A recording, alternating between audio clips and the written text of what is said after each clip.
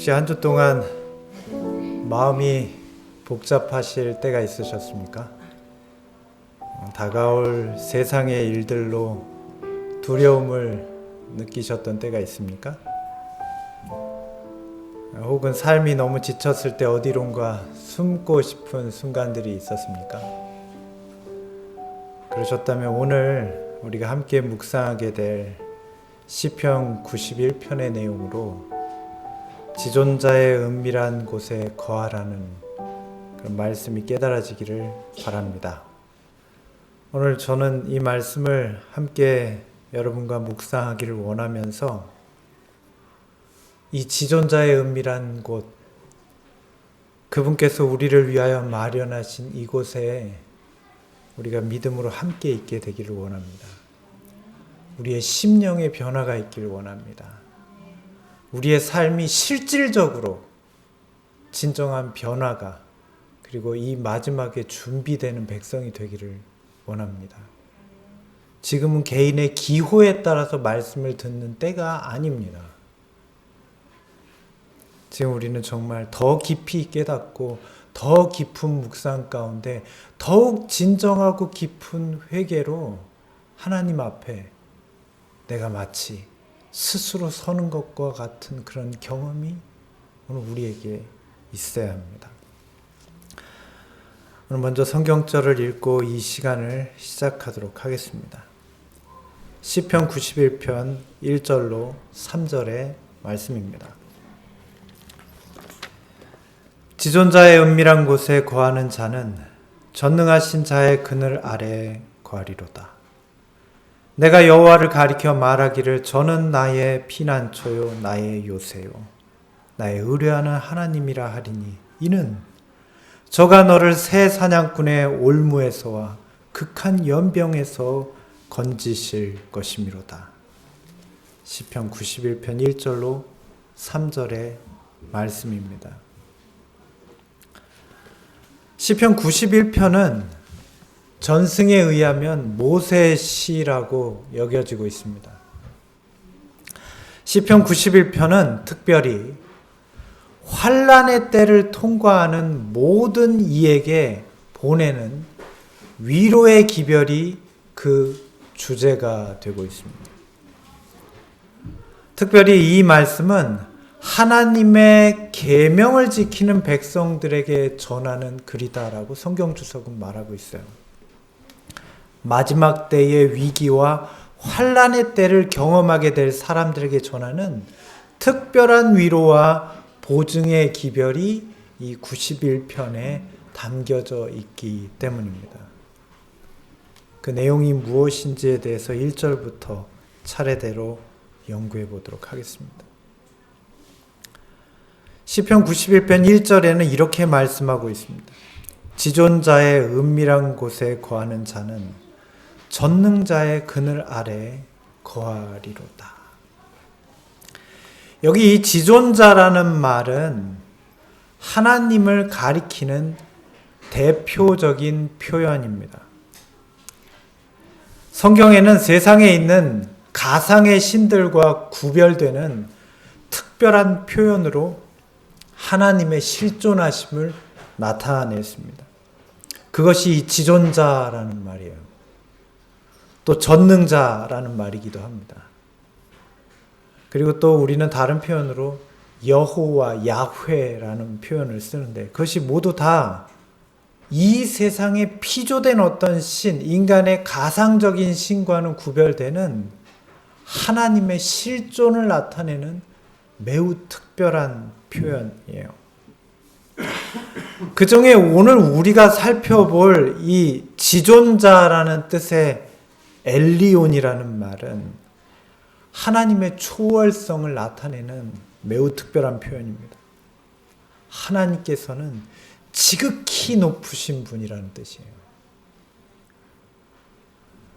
오늘 시편 91편의 본문에는 어떻게 이렇듯 지존하신 하나님에 대하여 인간을 초월하여 계신 하나님에 대하여 우리가 그분이 계신 곳에 거할 수 있다고 말씀하는 것인가 우리에게 생각하게 합니다. 지존자의 은밀한 곳에 거한다는 뜻은 무엇일까요? 도대체 무엇이 지존자의 은밀한 곳에 거하는 것일까요? 지존자의 은밀한 곳에 거한다는 것은 하나님의 임재를 경험한다는 뜻입니다. 이 하나님의 임재가 뜻하는 것은 무엇입니까? 임재라는 말은 국어사전에 등재되지 않은 말입니다. 안 나와요. 오직 성경에만 쓰는 표현이에요.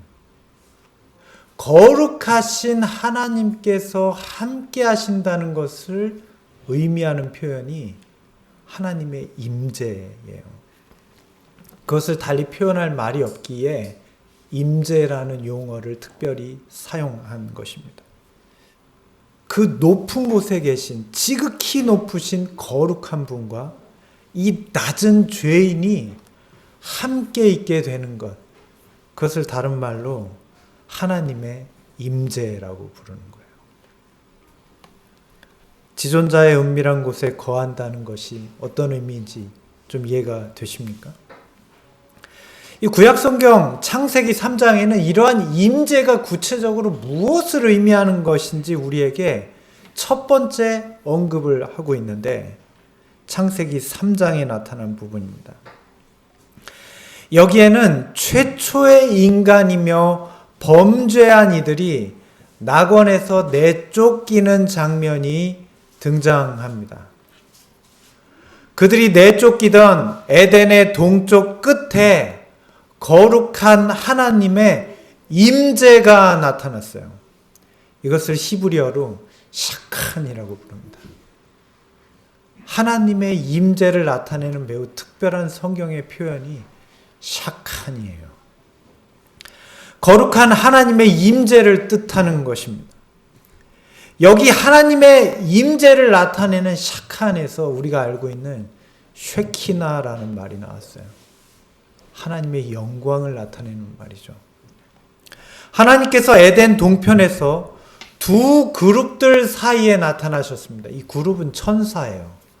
특별히 하나님의 보좌를 옹이하는 특별한 천사들의 이름을 그룹, 케루빔이라고 불렀어요. 그런데 그 두 그룹 사이에 창세기 3장에는 하나님의 임재 샤칸이 등장합니다. 두루 도는 화영검이라는 모습으로 창세기 3장에는 하나님의 임재 샤칸을 나타냈어요. 아주 두려운 모습이었어요. 조금이라도 다가간다면 그 영광에 마치 죽을 것과 같은 두려운 모습으로 등장합니다. 그래서 성경은 그것을 두루 도는 화영검이라는 표현을 썼어요. 왜냐하면 인간은 그분의 율법을 대적하여 범죄하였기 때문이에요. 이것이 죄인에게 최초로 나타난 하나님의 임재 샤칸의 모습이에요. 하나님께서는 하나님의 율법에 대적하여 죄를 범한 남자와 여자를 에덴 동산에서 내보내십니다. 내쫓긴 거죠. 생명나무로 나아가지 못하게 하는 것입니다. 그리고 그 두 그룹 사이에 두루 도는 화염검의 모양으로 하나님의 임재 샤칸을 나타내셨어요. 참으로 죄인에게 거룩하신 하나님의 임재는 두려운 것입니다. 그런데 우리는 여기서 이 두 그룹 사이에 나타난 하나님의 임재의 모습을 주의하여 살펴보아야 합니다. 왜냐하면 그래야만 하나님의 임재가 의미하는 바를 우리는 제대로 이해할 수 있기 때문이에요. 우리는 이 의미를 제대로 이해하기 위해서 거룩하신 하나님의 임재에 대한 또 다른 장면을 살펴보려고 합니다. 그것은 바로 출애굽기 25장입니다. 하나님의 임재에 대한 두 번째 장면은 출애굽기 25장에 나타나는데 이것은 창조 후에 약 26세기가 지난 다음이었어요. 거룩하신 하나님께서는 모세에게 성소를 지으라고 말씀하셨어요. 그리고 그 안에 모든 설비와 제사의 방법들을 자세히 알려주셨습니다. 그리고 이렇게 말씀하셨어요. 내가 너희 가운데 거하도록. 이 말씀이 샤칸이에요. 하나님의 임재를 나타내는 샤칸입니다. 그리고 이 거룩한 지성소 안에 두 그룹 사이에, 아까 창세기 어디에 나타나셨죠? 두 그룹 사이에 샤칸이 나타났어요. 지금 이 성소의 두 그룹 사이에 다시 하나님의 임재 샤칸이 나타납니다. 그것을 이스라엘 백성들은 쉐키나의 영광이라고 불렀어요. 우리는 이로부터 하나님의 임재하시는 바가 무엇인지를 깨닫게 되는 것입니다. 하나님의 임재 샤칸은 거룩하신 지존자께서 죄인 가운데 거하시고자 자신을 나타내는 것을 곧 이 샤칸, 하나님의 임재의 영광이에요. 지존자이신 하나님께서, 거룩하신 하나님께서 인간과 함께 하시는 것입니다. 아담과 하와는 범죄 후에 언제나 이 거룩하신 하나님의 임재가 있는 쉐키나가 있는 곳으로 나아갔습니다. 그들은 거기서 예배를 드렸어요. 거기서 죄의 용서를 구했고, 거기서 다시 용서함을 받고 새로운 삶의 능력을 얻었어요. 그곳에서 범죄한 그들과 여전히 함께 하시는 하나님의 임재를 경험하는 것입니다. 또한 이스라엘 백성들은 거룩한 성소로 나아감으로 하나님의 임재를 경험하였습니다. 그들은 그곳에서 부정한 그들과 여전히 함께 하시는 하나님의 임재를 그 영광 가운데 경험하였습니다. 하나님의 임재 안에서 그들은 참된 자유를 누리며 진정한 쉼을 경험할 수 있었습니다. 이것이 하나님의 임재의 모습, 지존자의 은밀한 곳이 무엇인지를 우리에게 보여주는 성경의 구절들이에요. 오늘 이 말씀을 한번 살펴보십시오.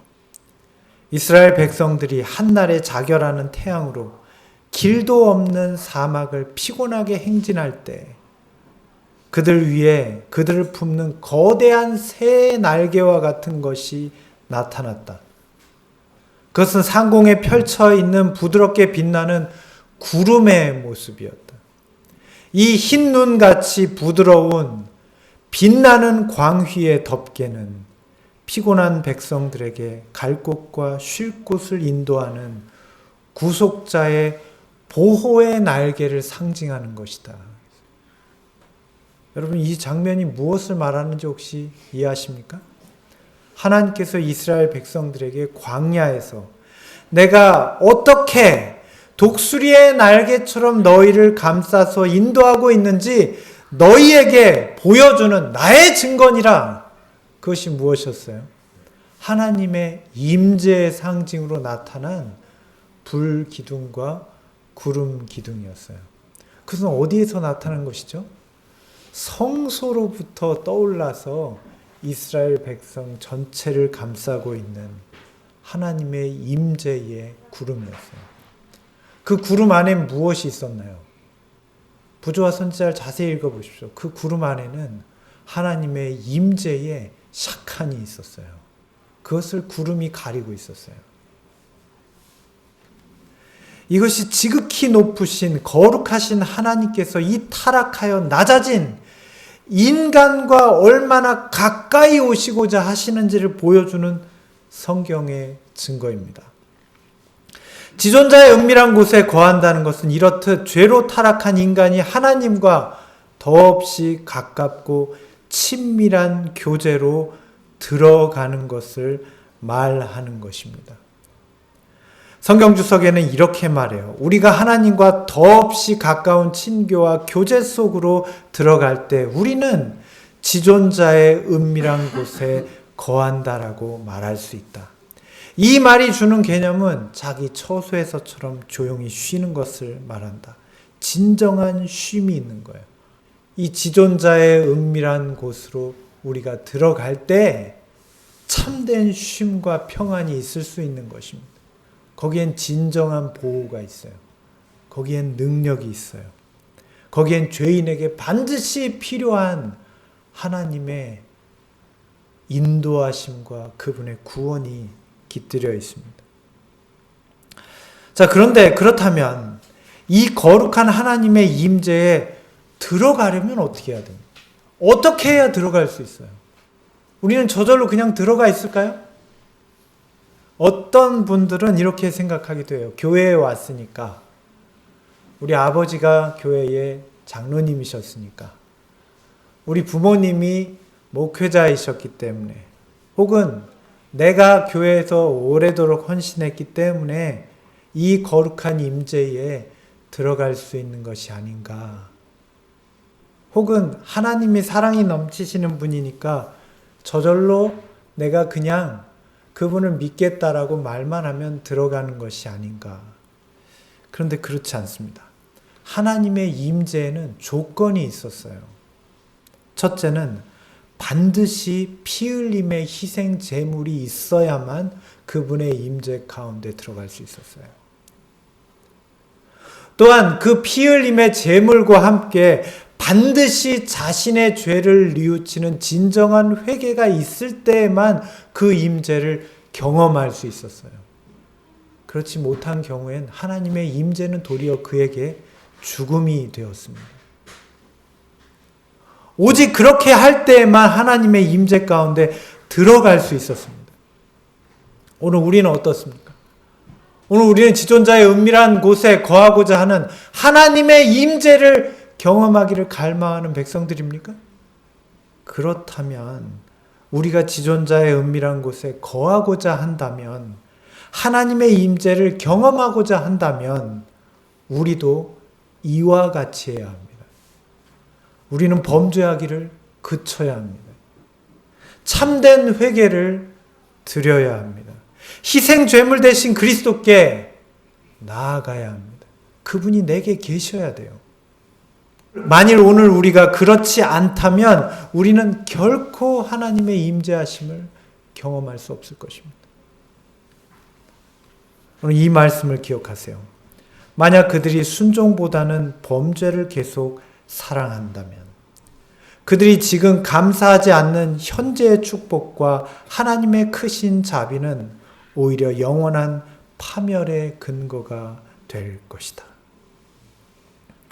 죄악의 행위들을 스스로 억제하고 하늘의 왕의 영예를 위하여 살아가기보다는 잠시 동안 세속적인 기쁨과 죄악의 쾌락을 누리는 것을 선택한 그들에게, 그들이 하찮게 여겼던 진리들을 너무 늦게야 깨닫고 이해하였을 때 그들은 하나님이 없고 소망이 없다는 것이 무엇을 의미하는지 결국 알게 될 것이다.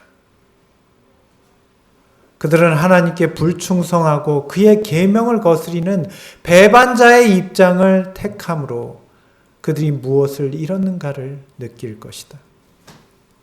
과거에 그들은 그분의 능력을 멸시하였고 그분의 자비를 거절하였다. 그들은 마침내 그들의 진정한 행복, 곧 하늘 궁정에서 사는 삶과 영원한 생명을 잃어버렸다는 것을 깨닫게 될 것이다.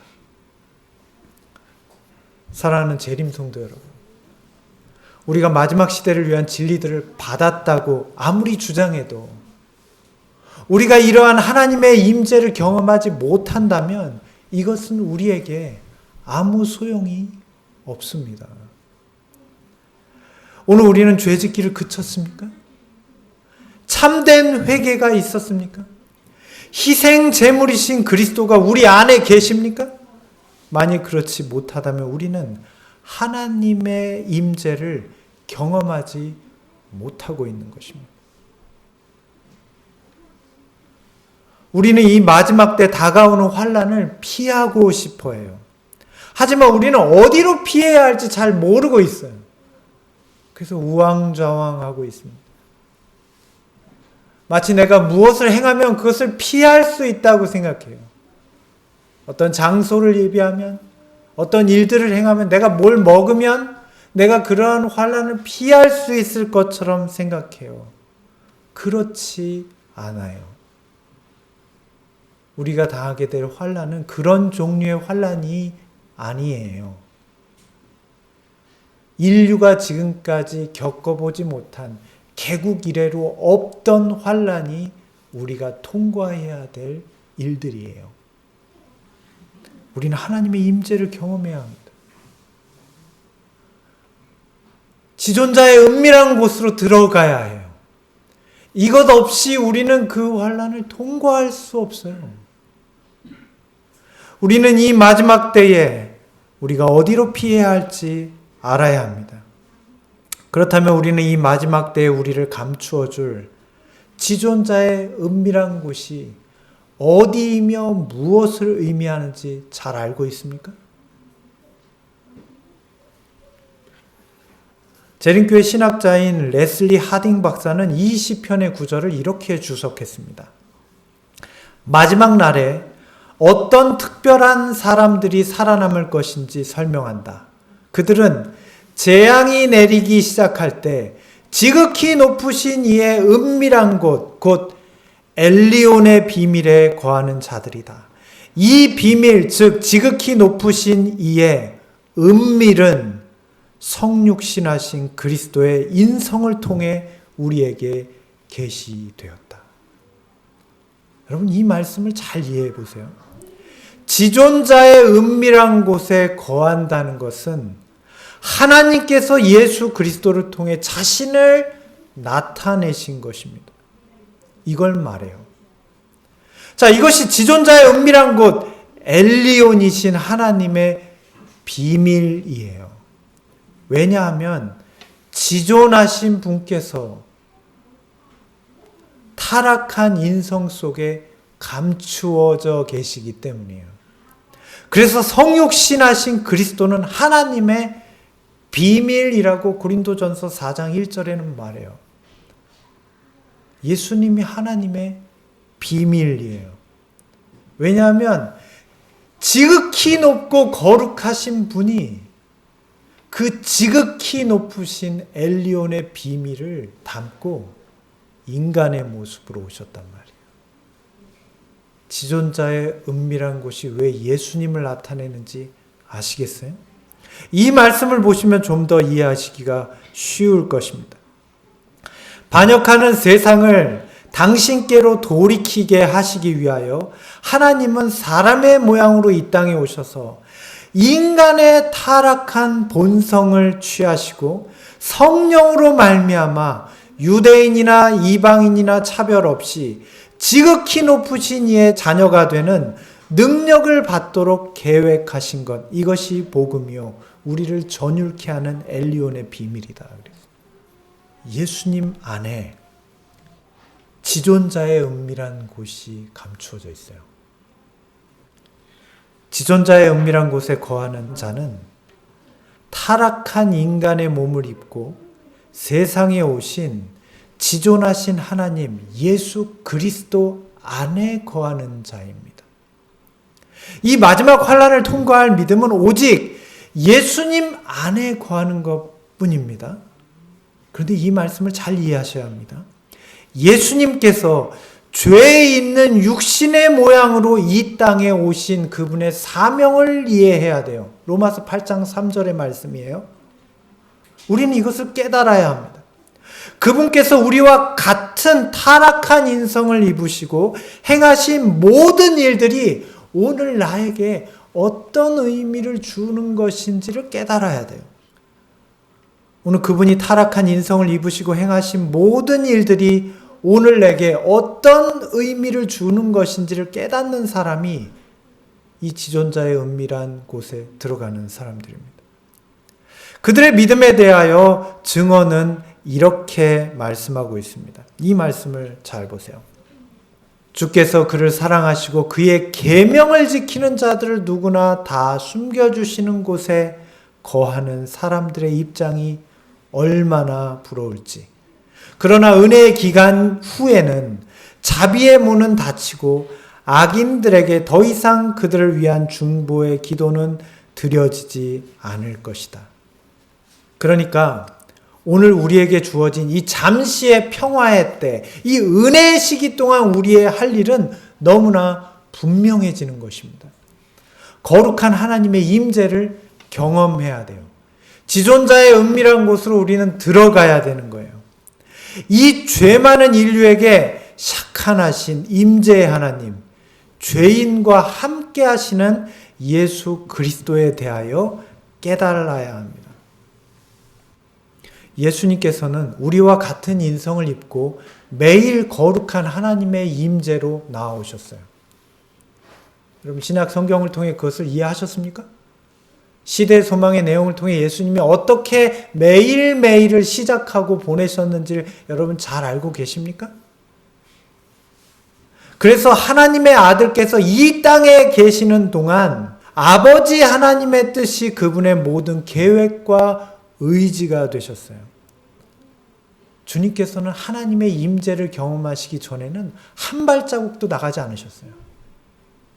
그분의 모든 계획과 그분의 모든 의지는 그래서 자기의 뜻이 아니고 아버지의 뜻이었어요.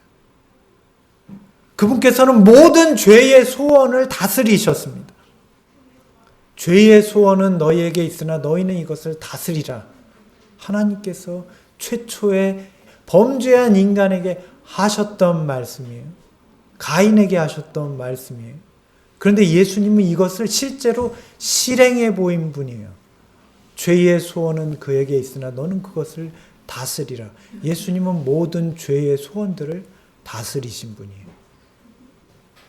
이것이 인성을 입으신 엘리온 하나님, 예수 그리스도의 승리였습니다. 그분께서 인성으로 승리하시는 것을 볼 때 오늘 우리는 무엇을 느껴야 할까요?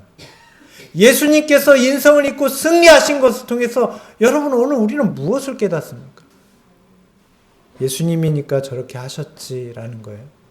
예수님 왜 그렇게 하신 거예요? 우리는 그것을 보고 무엇을 깨달아야 할까요? 오늘 우리는 이 일을 위해 기도해야 합니다. 주님의 임재를 경험하게 해달라고 기도해야 합니다. 주님께서 하나님의 임재를 통해 승리하셨듯이 오늘 우리는 예수 그리스도의 임재를 통해 이 마지막 때에 승리해야 하기 때문입니다. 여러분 이 말씀이 우리에게 잘 이해되고 있습니까? 오늘 주님께서 말씀하세요. 하나님의 보좌로 나아가는 길은 언제나 열려 있다. 지금은 열려 있어요. 그대의 고요한 기도는 하나님께 언제나 상달될 수 있다. 그대가 장차 시험을 받을 것인 바 그 시험을 받을 때 지극히 높으신 자의 은밀한 장소로 도망하라. 어떻게 하는 것일까요? 겸손한 마음으로 기도하라. 기도로서 종종 주님을 찾으라. 은밀한 곳에서만이 우리의 눈은 예수님을 보게 되며 우리의 귀는 예수님께 열려진 바 된다. 그대는 전능하신 자의 그늘 아래 거하기 위하여 은밀한 기도의 장소로부터 나올 수 있다. 시험이 이르러 오나 그대는 예수님의 곁으로 점점 가까이 나와 그대의 손을 예수님의 손 안에 둘 것이다. 그때의 그대는 풍성한 경험을 얻어 그의 사랑 안에서 평안함을 얻고 그의 자비 가운데서 기뻐하게 될 것이다. 근심과 공고함과 염려는 사라지고 예수 그리스도 안에서 기쁨을 얻을 것이다. 바로 지금 이 경험이 우리 모두에게 있어야 합니다. 하나님의 임재를 체험하는 것은 시간과 연습을 필요로 해요. 그래서 은혜의 시기가 지난 다음에는 할 수 없어요. 지금 해야 돼요. 우리는 우리의 모든 죄를 회개해야 합니다. 우리는 죄를 반복하지 말아야 합니다. 왜냐하면 우리의 구원이 곧 확정되기 때문입니다. 구원이 확정된 자들에게 어떻게 죄가 반복될 수가 있어요? 확정되어야 해요. 그 후에는 하늘 지성소의 중보자가 안 계시기 때문입니다. 우리는 지금 이 은혜의 시기에 중보자가 계신 이때에 하나님의 임재를 체험하는 연습을 해야 합니다. 훈련을 해야 돼요. 우리의 매일의 삶은 이것이 준비예요. 은혜의 시기는 매우 짧습니다, 여러분. 이 귀중한 시간을 육신의 쾌락이나 생활의 염려로 보내버리면 안 됩니다. 우리가 하나님의 임재를 경험할 때 우리는 오직 그분을 믿는 믿음으로 평안할 것입니다. 이것은 그래 예수님이 어떻게든 해주시겠지 이런 마음과는 전혀 다른 마음입니다. 추측은 믿음이 아니에요. 어떤 상황 가운데서도 흔들리지 않는 것이 믿음의 경험이에요. 오늘 우리는 이 마지막 때를 어떻게 살아야 할까요? 무엇을 추구해야 할까요? 제가 자주 말하던 친구가 제게 카톡으로 사진을 보내왔어요. 다 낡아빠진 성경을 사진으로 찍어서 보냈습니다. 그러면서 저에게 성경을 새로 사야겠다는 거예요. 그 사진을 저한테 왜 보냈는지 잘 모르겠어요. 아마 자기가 얼마나 열심히 성경을 연구하는지 목사인 친구가 좀 알아줬으면 했는지도 모르겠어요. 그런데 정말 열심히 해요. 저게 오래된 성경이 아니거든요. 새로 산 성경이 다 헤어질 때까지 정말 열심히 하나님의 말씀을 연구했습니다. 그 친구는 목회자가 아닙니다. 비즈니스맨이에요. 회사를 경영하고 있어요. 돈을 벌어야 하는 사람입니다. 가족들과 직원들을 먹여 살려야 하는 사람이에요. 이런 불경기에 회사가 망할 수도 있습니다. 아니 정말 회사의 운영이 어렵다고 합니다. 가족들은 다 미국에 있어요. 아이들이 셋씩이나 됩니다. 대학에 진학할 아이도 있어요. 이 친구가 부양하지 않으면 생계를 유지할 방법이 없어요. 그런데 그런 가운데에서도 매일 하나님의 말씀을 정말 부지런히 연구합니다. 왜 이렇게 하는 것일까요? 그래서 제가 이 사진을 받고 불편했던 건 아닌데 그냥 표현하자면 그렇다는 거예요. 그래서 제가 이렇게 물어봤어요. 너 이래서 사업이 되겠냐? 칭찬해 줘야 되는데. 너 이래서 사업이 되겠냐? 그랬더니 그 친구가 저에게 이렇게 말했어요. 지금이 마지막 때 아니야? 예수님이 곧 오신다는데 이렇게 해야 되는 거 아니야? 제가 아무 말도 할 수 없었어요. 정말 그렇습니다, 여러분. 지금이 마지막 때입니다. 이제 우리는 이 마지막 은혜의 때를 살고 있는 것이에요. 세상 모든 것이 끝날 것이라면 지금 우리는 어떤 일을 해야 할까요?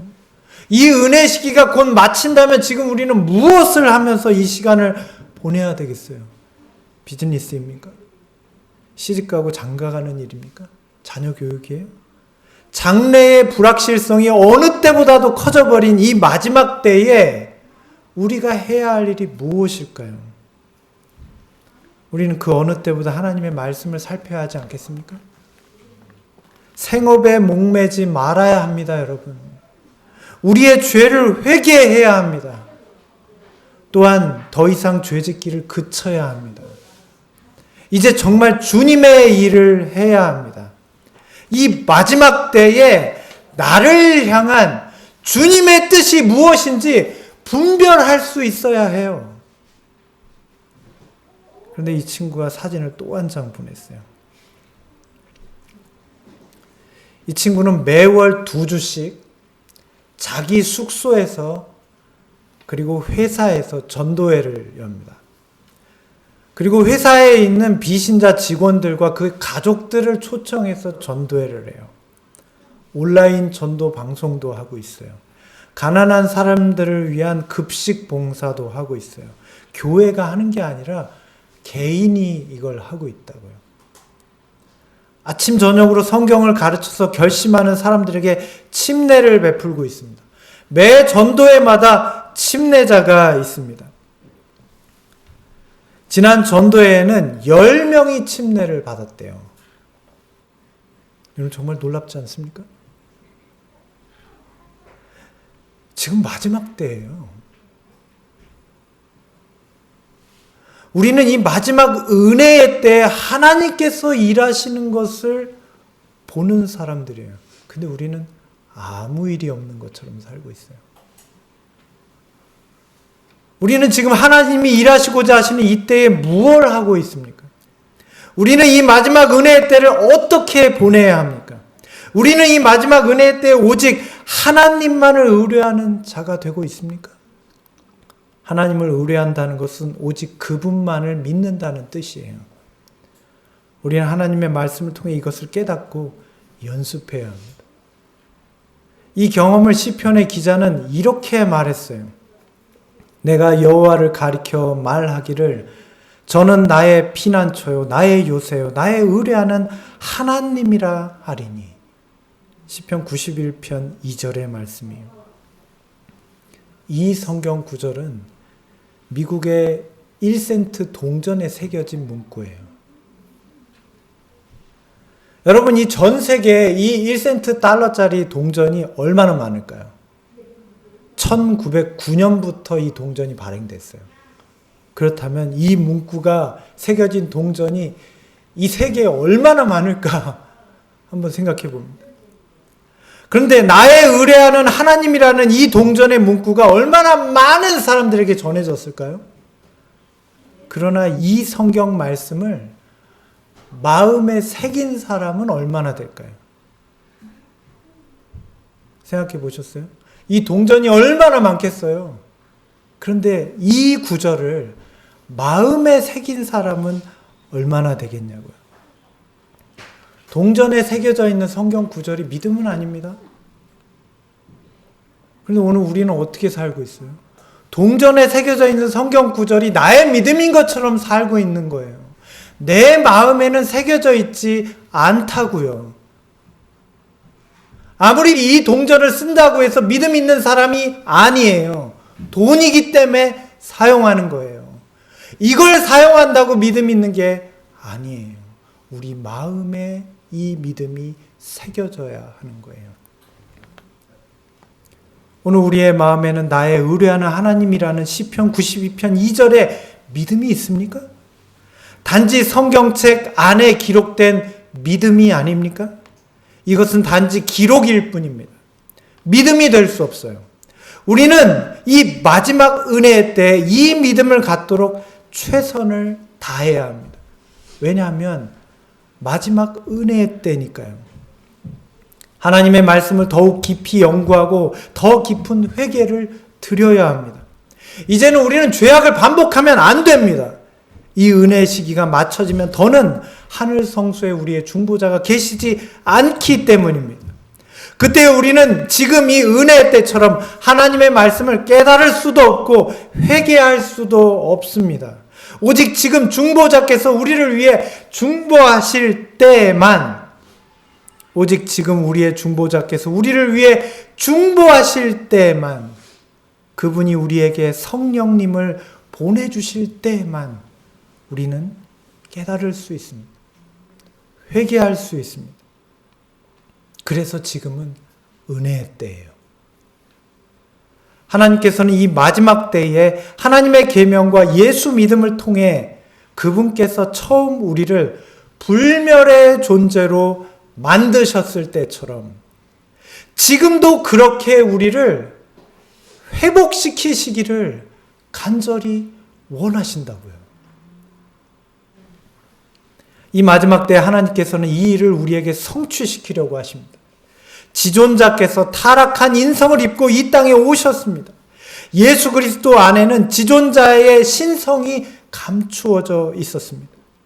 예수님을 통해 드러난 하나님의 품성이 오늘 우리를 변화시킬 하나님의 신성이에요. 예수 안에 있는 신성이에요. 그러므로 오늘 우리는 인성으로 나타나신 예수 그리스도를 깊이 묵상하고 그분의 순종을 깨달음으로 깊은 회개를 경험할 수 있습니다. 정결한 마음을 가질 수 있고 내 안에 예수 그리스도를 모실 수 있어요. 이 경험이 예수 그리스도를 믿음으로 말미암아 의롭게 되는 경험입니다. 우리는 예수 그리스도를 통해 나타난 하나님의 품성이 내 안에 계심을 믿어야 합니다. 예수님은 하나님의 신성을 마음에 가지셨어요. 그리고 그것을 드러내셨는데 그것이 예수님의 품성이에요. 예수님의 품성은 하나님의 신성을 보여준 거예요. 인간에게. 예수님은 오늘 우리에게 우리가 진정으로 회개하고 거듭날 때 우리의 마음 가운데 성령으로 임재하십니다. 이것이 지존자의 은밀한 그늘에 거하는 거예요. 그러면 우리는 예수 그리스도를 통해 나타난 하나님의 신성이, 예수님의 품성이 우리를 변화시키는 것을 경험할 수 있어야 돼요. 그분이 내 안에 계시기 때문이에요. 우리는 뭔가 잘못 이해하고 있어요. 예수님이 내 대신 다 이루시니까 나는 안 해도 돼가 아니에요. 그분이 내 안에 계시면 내가 할 일이 있는 거예요. 하나님의 신성이 나를 통해 나타나야 되는 거예요. 하나님의 신성이 예수님 안에서 그분의 품성으로 나타난 것처럼 예수 그리스도의 품성이 내 안에 계시면 나의 삶이 변화될 수밖에 없는 거예요. 이것이 지존자의 은밀한 곳에 거하는 것입니다. 하나님께서 그리스도 안에 계셨던 것처럼 그리스도께서 우리들 안에 임재하시고 하나님이 그리스도 안에 그분의 품성이 우리 안에 내재하시며 우리 안에 임재하시는 예수 그리스도의 품성이 오늘 우리가 당면하는 모든 고통과 시험을 통하여 나의 품성으로 나타나야 되는 거예요. 누구의 품성이요? 나의 품성으로. 하나님의 신성이 예수님 안에서 예수님의 품성으로 나타난 것처럼 내 안에 계신 예수 그리스도의 품성이 오늘 모든 고통과 시련을 직면하게 되므로 나의 품성으로 나타나는 일이 오늘 우리에게 이루어져야 될 일이에요. 이것이 지존자께서 내 안에서 품성의 거룩한 의복을 직조하시는 방법이에요. 이것이 참된 품성 변화입니다. 우리는 이 마지막 은혜 때 이것을 경험해야 합니다. 그러나 하나님께서는 우리의 노력과 동의 없이 이 일을 결코 행하시지 않습니다. 이 마지막 때 지존하신 하나님께서 이 일을 우리의 협력을 통해서 요청하고 계십니다. 이것이 영원한 복음인 셋째 천사의 기별이에요. 우리는 지금 이것을 분명히 깨달아야 합니다. 우리는 하나님의 임재를 경험할 백성으로 준비되어야 해요. 이러한 하나님의 임재를 경험하는 것이 환난을 통과할 준비를 갖추는 일이기 때문이에요. 오늘 우리가 해야 될 일은 무엇입니까?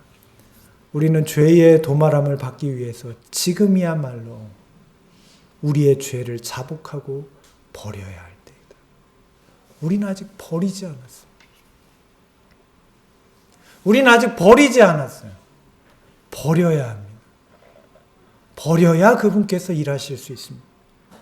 마지막 시대를 향한 진리를 깨닫고 오직 믿음으로 살 수 있도록 우리의 심령을 단련해야 합니다.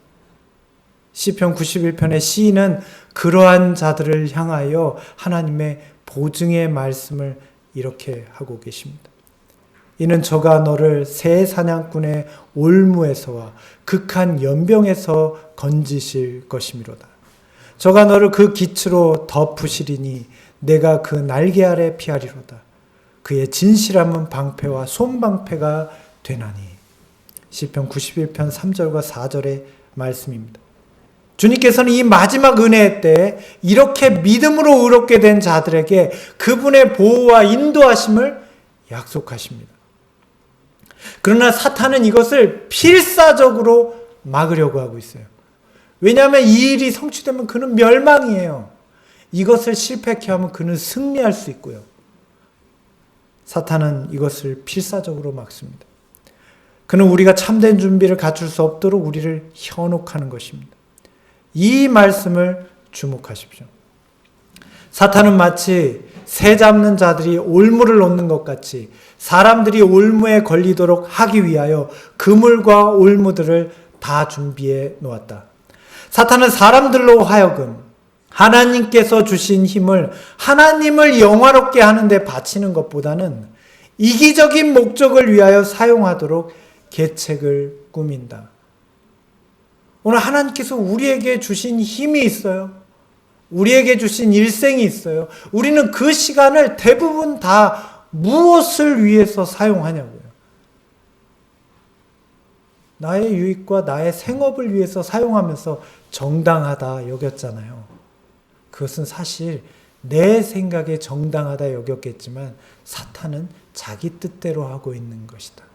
하나님을 영화롭게 하는데 바치지 못하도록. 이어지는 말씀입니다. 하나님께서는 사람들이 자신에게 평화와 기쁨을 가져다 주며 그들에게 영원한 유익이 되게 하는 일에 종사하게 되기를 원하시나 사탄은 우리들이 아무 유익도 되지 아니하며 사용함으로 없어질 것들을 위하여 우리의 노력을 집중시키기를 원하고 있다. 여러분 한번 여기서 지혜롭다면 헤아려 보세요.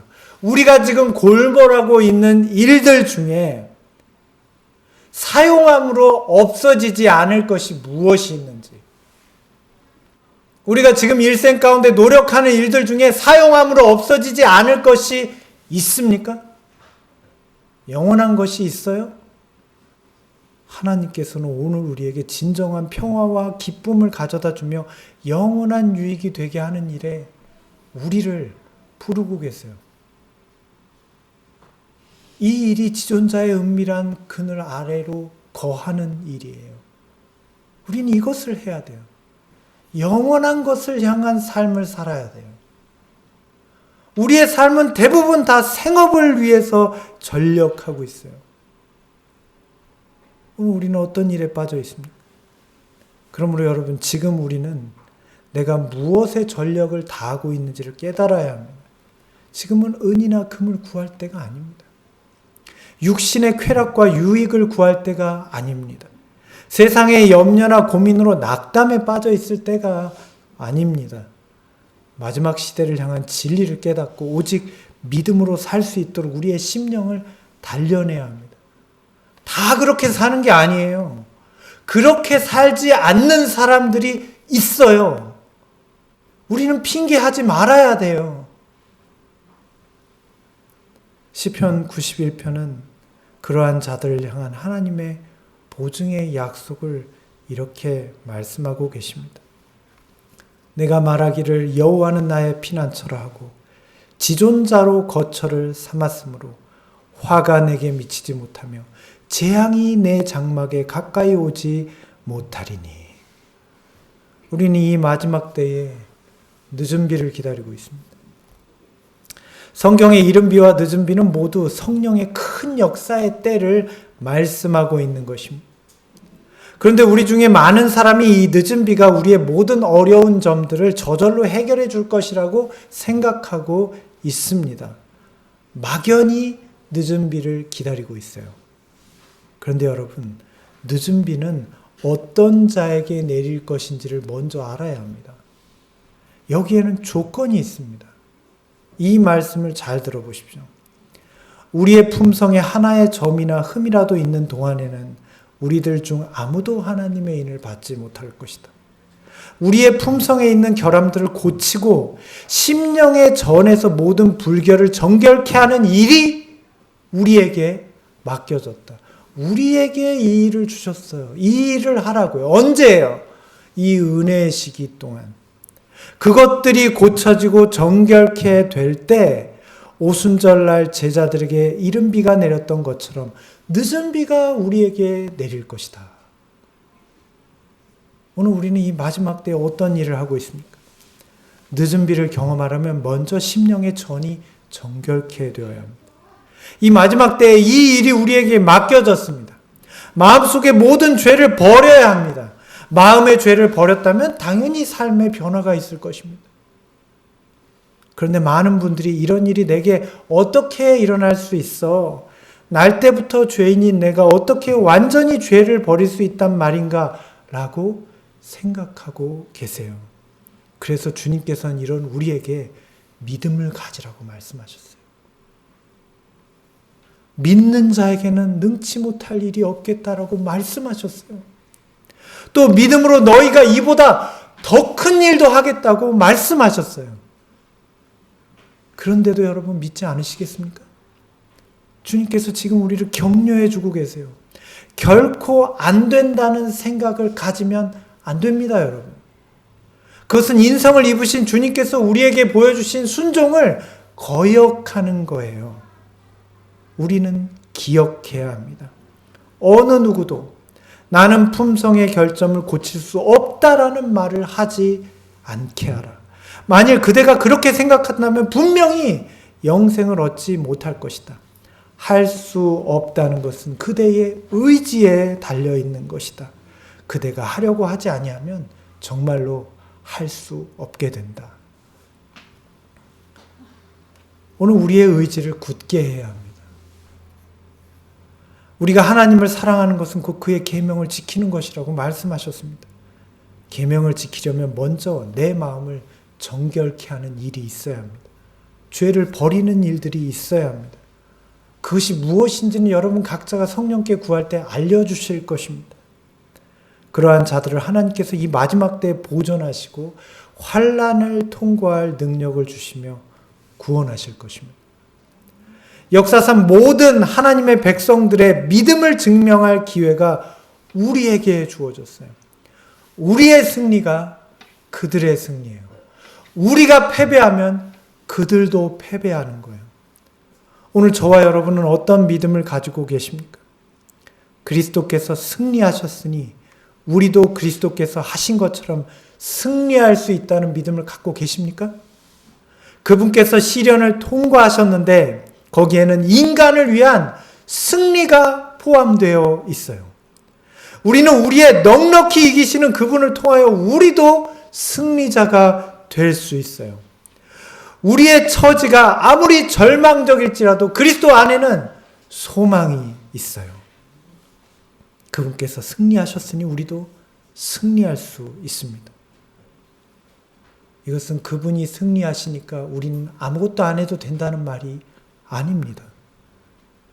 우리는 하나님의 아들께서 무엇 때문에 죄에 있는 육신의 모양으로 이 세상에 오셨는지 기억해야 합니다.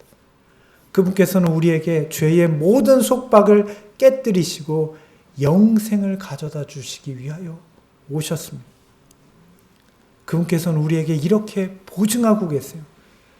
여호와께서 말씀하시되 오라 우리가 서로 변론하자. 너희 죄가 주홍 같을지라도 눈과 같이 희어질 것이요 진홍같이 붉을지라도 양털같이 희게 되리라. 하나님의 임재를 통해 성경의 약속들이 내게 성취될 것을 믿으십시오. 정말 믿어야 합니다. 그리고 오늘 이 마지막 은혜의 때 우리의 소망 되시는 예수님을 바라보십시오. 그분께서 우리와 같은 인성으로 오셔서 걸어가신 길을 생각하며 용기를 얻으십시오. 또한 그분께서 우리를 위하여 계신 하늘 지성소의 중보 사업을 바라보시며 변화와 구원에 관한 소망을 잃지 마시길 바랍니다. 오늘 이 말씀으로 오늘 시간을 마치고자 합니다. 예수님의 모본이에요. 예수께서는 그분 안에 있는 어떤 것도 사단의 궤변에 반응하지 않았다. 그분은 죄를 짓기로 동의하지 않으셨다. 그분은 생각으로라도 시험에 굴복하지 않으셨다. 우리도 그렇게 할 수 있다. 그리스도의 인성은 신성과 연합되었다. 그분은 성령의 내재하심으로써 투쟁할 태세가 되어 있으셨다. 오늘 우리도 그래야 합니다. 예수 그리스도를 내 안에 모시고 그분의 신성, 하나님의 품성이 내 안에 계신 예수 그리스도를 통해서 나타나야 합니다.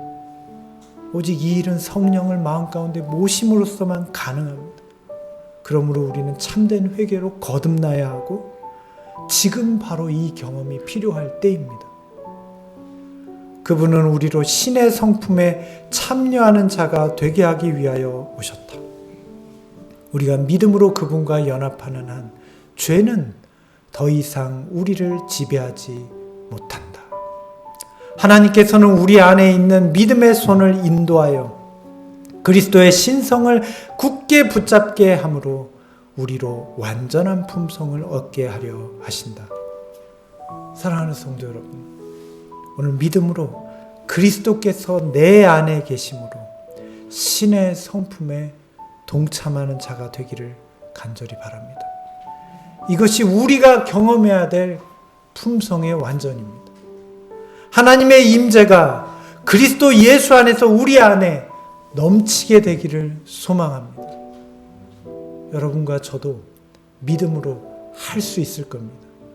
주님께서 이러한 믿음을 우리에게 주시길 바라며 말씀을 마치겠습니다. 감사합니다.